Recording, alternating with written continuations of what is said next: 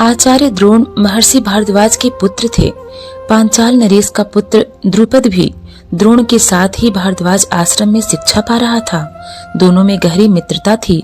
कभी कभी राजकुमार द्रुपद उत्साह में आकर द्रोण से यहाँ तक कह देता था कि पांचाल देश का राजा बन जाने पर मैं आधा राज्य तुम्हें दे दूंगा। शिक्षा समाप्त होने पर द्रोणाचार्य ने कृपाचार्य की बहन से ब्याह कर लिया। उससे उनके एक पुत्र हुआ जिसका नाम उन्होंने अश्वत्थामा रखा। द्रोण अपनी पत्नी और पुत्र को बड़ा प्रेम करते थे। द्रोण बड़े गरीब थे। वह चाहते थे कि धन प्राप्त किया जाए और अपनी पत्नी व पुत्र के साथ सुख से रहा जाए। उन्हें खबर लगी कि परशुराम अपनी सारी संपत्ति ब्राह्मणों में बांट रहे हैं, तो भागे भागे उनके पास गए।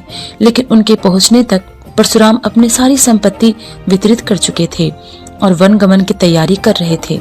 द्रोण को देखकर वह बोले, ब्राह्मण, आपका स्वागत है, पर मेरे पास जो कुछ था वह मैं बांट चुका हूँ। अब यह मेरा शरीर और धनुर्विद्या ही है। बताइए मैं आपके लिए क्या करूं? तब द्रोण ने उनसे सारे अस्त्रों के प्रयोग तथा रहस्य सिखाने की प्रार्थना की। परशुराम ने यह प्रार्थना स्वीकार कर ली और द्रोण को धनुर्विद्या की पूरी शिक्षा दे दी। कुछ समय बाद राजकुमार द्रुपद के पिता का देहावसान हो गया और द्रुपद राजगद्दी पर बैठा। द्रोणाचार्य को जब द्रुपद के पांचाल देश की राजगद्दी पर बैठने की खबर लगी तो यह सुनकर वह बड़े प्रसन्न हुए और राजा द्रुपद से मिलने पांचाल देश चल पड़े। उन्हें गुरु के आश्रम में द्रुपद की लड़कपन में कही गई बातचीत याद थी। सोचा, यदि आधा राज्य न भी देगा तो कम से कम कुछ धन तो जरूर देगा।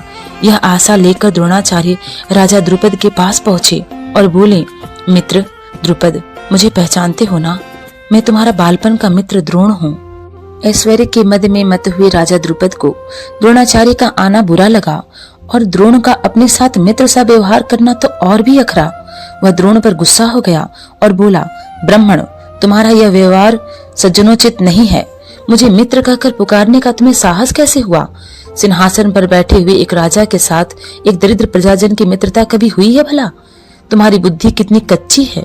लड़कपन में लाचारी के कारण हम दोनों को जो साथ रहना पड़ा, उसके आधार पर तुम द्रुपद से मित्रता का दावा करने लगे।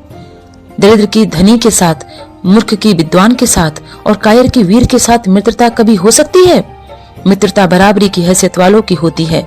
जो किसी राज्य का स्वामी न हो वह राजा का मित्र कभी नहीं हो सकता। द्रुपद के इन कठोर शब्दों को सुनकर द्रोणाचार्य बड़े लज्जित हुए। उन्हें क्रोध भी बहुत आया।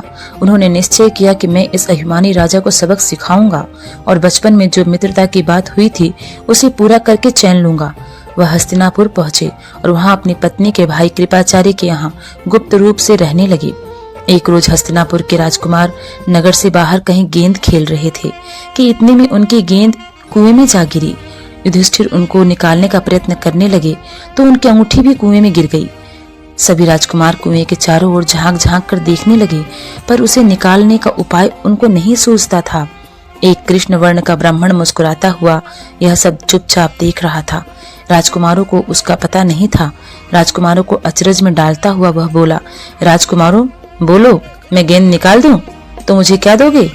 ब्राह्मण श्रेष्ठ, आप गेंद निकाल देंगे तो कृपाचार्य के घर आपकी बढ़िया दावत करेंगे। युधिष्ठिर ने हंसते हुए कहा। तब द्रोणाचार्य ने पास में पड़ी हुई सीख उठा ली, उसे पानी में फेंका। द्रोणाचार्य के द्वारा फेंकी गई सीख गेंद को ऐसी जाकर लगी जैसे तीर, और फिर इस तरह लगातार कई सीखें भी कुएं में डालते गए। सीखें एक दूसरे के सिरे से चिपकती गई। जब आखिरी सीख का सिरा कुएं के बाहर तक पहुंच गया तो आचार्य ने उसे पकड़कर खींच लिया और गेंद बाहर आ गई। सब राजकुमार आश्चर्य से यह करतब देख रहे थे। उन्होंने ब्राह्मण से विनती की, युधिष्ठिर की अंगूठी भी निकाल दीजिए। द्रोण ने तुरंत धनुष चढ़ाया और कुएं में तीर मारा। पल भर में बाण अंगूठी को अपनी नोक में लिए हुए ऊपर आ गया। द्रोणाचार्य ने अंगूठी युधिष्ठिर को दे दी। यह चमत्कार देखकर राजकुमारों को और भी ज्यादा अचरज हुआ। उन्होंने द्रोण के आगे आदरपूर्वक सिर नवाया और हाथ जोड़कर पूछा, महाराज, हमारा प्रणाम स्वीकार कीजिए।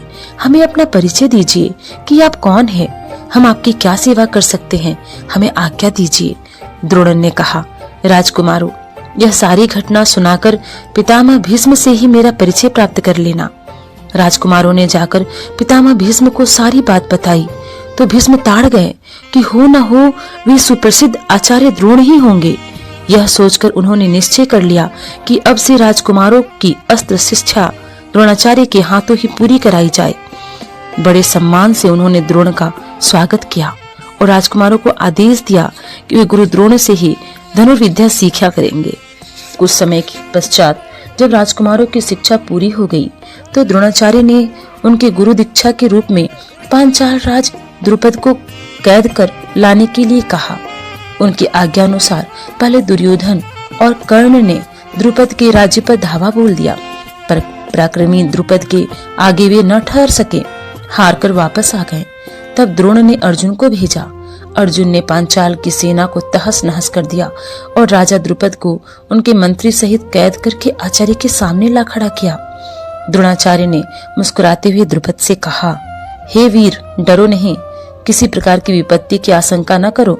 लड़कपन में तुम्हारी हमारी मित्रता थी, साथ साथ खेले कूदे, उठे बैठे। बाद में जब तुम राजा बन गए तो ऐश्वर्य के मद में आकर तुमने मुझे भुला दिया और मेरा अपमान किया। तुमने कहा था कि राजा ही राजा के साथ मित्रता कर सकता है, इसी कारण मुझे युद्ध करके तुम्हारा राज्य छीनना पड़ा। परंतु मैं तुम्हारे साथ मित्रता की चाहता हूँ, इसलिए आधा राज्य तुम्हें वापस लौटा देता हूँ, क्योंकि मेरा मित्र बनने के लिए भी तो तुम्हें राज्य चाहिए ना। मित्रता तो बराबरी की हैसियत वालों से ही हो सकती है। द्रोणाचार्य ने इसे अपमान का काफी बदला समझा और उन्होंने द्रुपद को बड़े सम्मान के साथ विदा किया। इस प्रकार राजा द्रुपद का गर्व चूर हो गया, लेकिन बदले से घृणा दूर नहीं होती। किसी के अपमान को ठेस पहुंचाने पर जो पीड़ा होती है उसे सहन करना बड़ा कठिन होता है। द्रोणों से बदला लेने की भावना द्रुपद के जीवन का लक्ष्य बन गई। उन्होंने कई कठोर व्रत और तप इस कामना के लिए किए कि उसे एक ऐसा पुत्र हो जो द्रोण को मार सके, साथ ही एक ऐसी कन्या हो जो अर्जुन को ब्याही जा सके। आखिर उनकी कामना पूर्ण हुई। उसके धृष्टद्युम्न नामक एक पुत्र हुआ और द्रौपदी नाम की एक कन्या।